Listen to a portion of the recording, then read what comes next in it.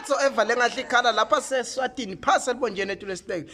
Siyacela njobe nathi ukuthi lamalanga ngibhisi ngerelocator ngiyatholakala underground underwater.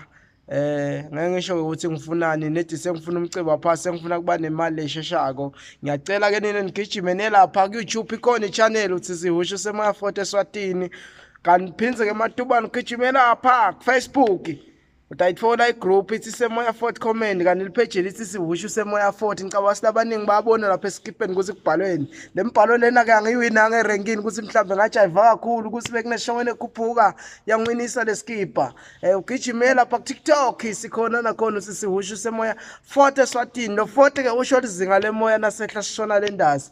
Ngiyabatshela ke labaningi ukuthi le phasa libonjene eTulo Estate sidume ukuthi silima umoba shothe shukela lomnengi uya exporta uyaphuma uchamuka le ndazi elibonjeni sharp.